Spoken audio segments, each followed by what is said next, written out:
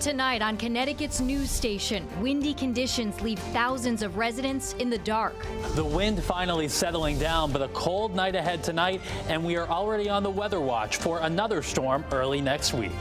And aid on pause, why energy assistance is being halted and how it could impact your household. Plus, 1 year later, not joyful because I want to see my friends, but I can't. Communities across the state standing with Ukraine on the anniversary of the Russian invasion. From war efforts to humanitarian efforts to helping the senior community, they've done it all. The story about Charlie's Closet coming up in just a few minutes. Now at 6, this is Fox 61, Connecticut's news station. Good evening, and thank you for joining us on the Fox 61 News at 6. I'm Jen Bernstein. And I'm Ben Goldman. A windy and icy day across the state, and with that weather came power outages. Yeah, at the height of outages earlier today, Eversource reported an upward of 7,000 outages statewide. Right now, there are just under 3,000 customers without power, and 900 of them are in the town of Tolland. That's where we find Fox 61's Emma Wolfhorst, who's been out there all day and now into this evening. Emma, what are you seeing? Well, Ben, Jen, wind was definitely the name of the game here today. Not quite as much anymore. It's actually picking up a gust just a little bit now. I don't know if you can see, but we're here outside the Tolland Fire Department, which is where emergency crews are headquartered. Out today, we saw lots of downed trees, both on power lines and just across the road, blocking streets, causing a lot of road closures there. And though the wind is definitely dying down, not nearly as strong as it was earlier today, now left in its place freezing temperatures. Wind, ice, and cold temps making for a treacherous start to the day in Tolland. Woo, it's very cold and windy and no lights. These icy lines and downed trees leading to power outages for more than 1,000 Tolland residents like Martinez. This is going to be the first time I lose power, so I didn't expect it, but it's the wind, I guess. That wind, something the town of Tolland prepared for. We saw the wind in the forecast, and the wind picked up, and all the iced trees really started to do damage to our power infrastructure. Crews working all day clearing trees and debris and repairing power lines. In some places you drive down, the tree debris and the ice that's covering the road is just, it's like a war zone. And on this side of town, it's quiet. Foley says emergency crews are fully staffed, and the town is working closely with Eversource to resolve outages, which residents are grateful for. And they are picking up the trees that are in the road. They close it, and I guess they're doing a good job. It's on already, so we're going to keep warm now. But Tolland not out of the woods just yet. And we're hoping there's not a lot more problems. We do see some wind gusts picking up later. It's monitoring and keeping our fingers crossed that the weather improves going through the night. Ooh, scary, because there's trees everywhere. I'm scared that it falls on top of the house or anything. Foley tells me a lot of those power outages should be resolved and most of the trees and debris taken away by this evening. But as you heard him say, they'll continue tracking and watching that weather throughout the night. And they tell me emergency crews do remain fully staffed in case conditions worsen. For now, live in Tolland, Emma Wolfhorst, Fox 61, Connecticut's news station.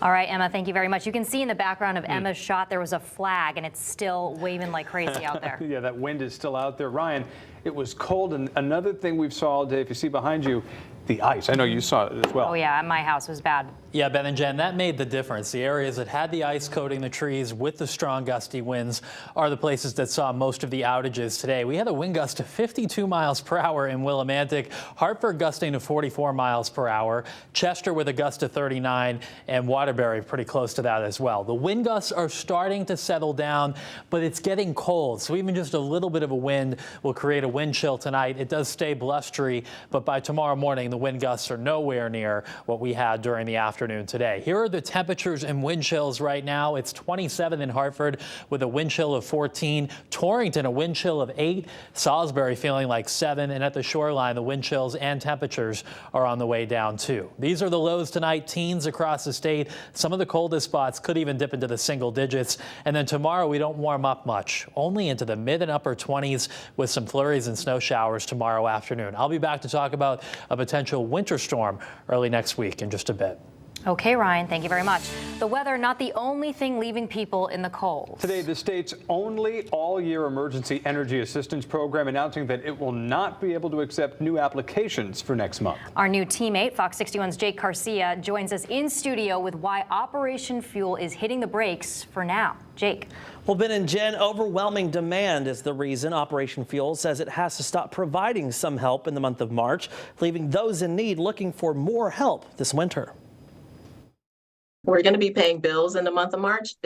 We just can't afford to continue to accept more requests. So far this year, Operation Fuel has spent more than $6 million in emergency assistance, high energy costs, and the overall effect of inflation causing more people to turn to Operation Fuel for help than expected. The energy burden problem has reached more than just the low-income consumer. It's gotten to a point now where everyday working families and individuals are struggling with the cost of high energy rates. As we previously reported, Connecticut has the second highest energy rates in the country, something state and local leaders have been paying close attention to lately. The application pause giving Operation Fuel a chance to catch up. So being able to get through the month of March and process and get through the applications that are pending will allow us to be prepared for that additional influx that we're expecting at the end of the moratorium. Once the program restarts in April, it won't be the same, lowering the amount it can help from $1,000 to $500 per household. Even then, Operation Fuel will only be able to help until the end of May, or when its funding runs out, whichever comes first. So this isn't about financial resources. We are financially healthy as an organization. It really is just about the demand. Now, meanwhile, if you need help with paying your utilities, you can contact your provider to set up a payment plan, or you can contact the Connecticut Energy Assistance Program by calling 211. In studio, Jake Garcia, Fox 61, Connecticut's news station. Jake, thank you and welcome to the team. New tonight, police investigating a shooting in Hartford. They say a man in his 60s was shot but is in stable condition at Hartford Hospital. It happened around 2:30 this afternoon on Hillside Avenue. No word yet on any arrests. The investigation is ongoing. In other news, a person is dead after a crash on Route 15 in Hartford. State police say Joseph Johnson hit the concrete barrier in the center median near exit 86 and then traveled into the right lanes, went through the shoulder guardrail, hit a tree, and then went down in an embankment. Johnson was pronounced dead on scene. Anyone who witnessed the crash is being asked to contact state police. And a follow-up tonight after a series of burglaries in Avon. Avon police releasing tonight that there have been 8 burglaries since January 30th, where the suspects enter through an unlocked door or by breaking the glass slider. There have been no reports of confrontations between homeowners and suspects, nor have there been any reports of any weapons being used. Police are reminding residents to be vigilant and be careful about posting on social media if you're away from home. No arrests have been made. In Madison, the police department releasing surveillance photos of a bank robbery that happened earlier today in hopes that the public can help identify the suspect. Take a look here. This is from the Essex Savings Bank on Durham Road. Police are looking for the man here, a man around 5 feet 6 inches. He was wearing a black sweatshirt, black face mask, and gray sweatpants. He left in a maroon-colored Subaru station wagon. Anyone with information should contact police. Well, Southington police have arrested a man on gun and drug charges after taking police on a chase.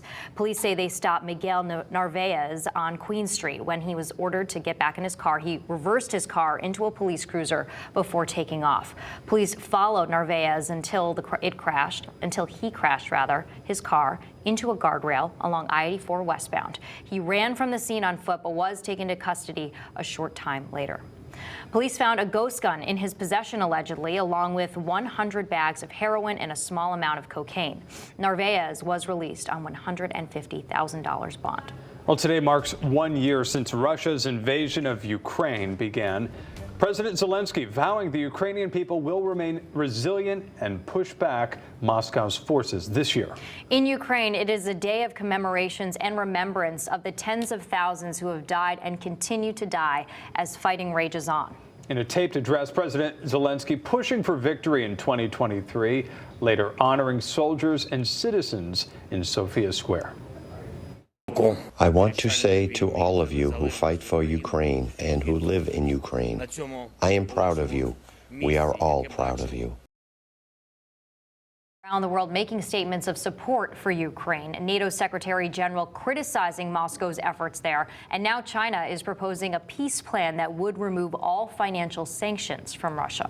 Well, tonight on this one-year mark, the Elm City is reflecting. Fox 61's New Haven County Bureau reporter Julia LeBlanc joining us now right across the campus from Yale. Julia.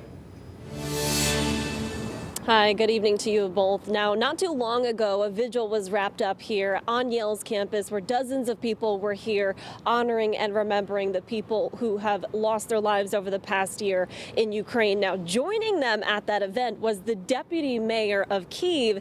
He also held a public discussion, and his mood today very much somber, but very much still full of hope. Nobody could have predicted that we would be standing here today. Konstantin Yuzov and his country are still standing strong 1 year after Russia tried to knock them down.